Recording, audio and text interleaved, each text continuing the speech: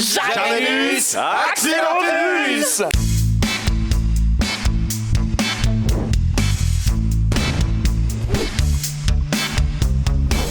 Opération Janus Accidentus.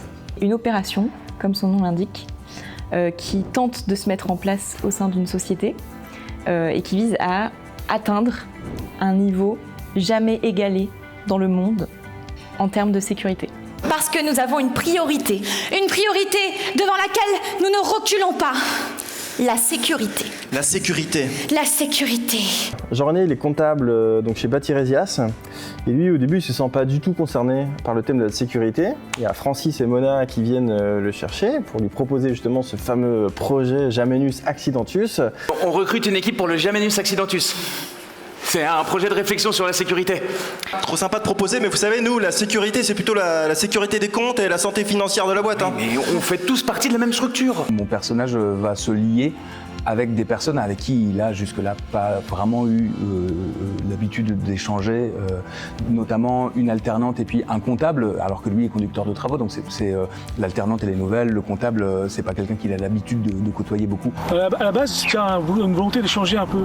On fait des journées sécurité tous les ans avec des ateliers, des choses un peu classiques. Et on a voulu faire une journée où on a réuni toute la direction régionale, donc 400 personnes, et on voulait quelque chose d'un peu différent. Faut lui dire qu'il y a un problème là. Jean-René, c'est toi qui as remarqué.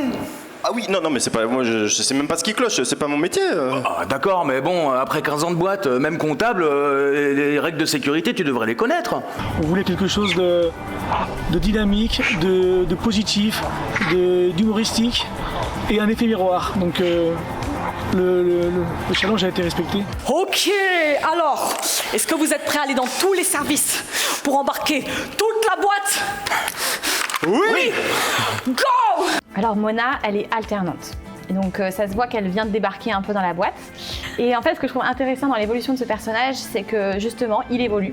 Elle passe sur un début de pièce, elle sait pas trop où elle est, voilà, comment ça va se passer, son histoire. Et au final, elle parvient à motiver toute la boîte, toute l'équipe. C'est aussi grâce à elle que le projet il va pouvoir être mené jusqu'au bout. Mais ce qu'il faudrait, c'est un mot. Quoi? Laisse-la parler. Ouais, un mot anodin, mais qui fasse une référence directe et qu'on retient tout de suite. Ah ouais, tu veux dire un mot qu'on pourrait dire quand on voit un risque pour s'alerter?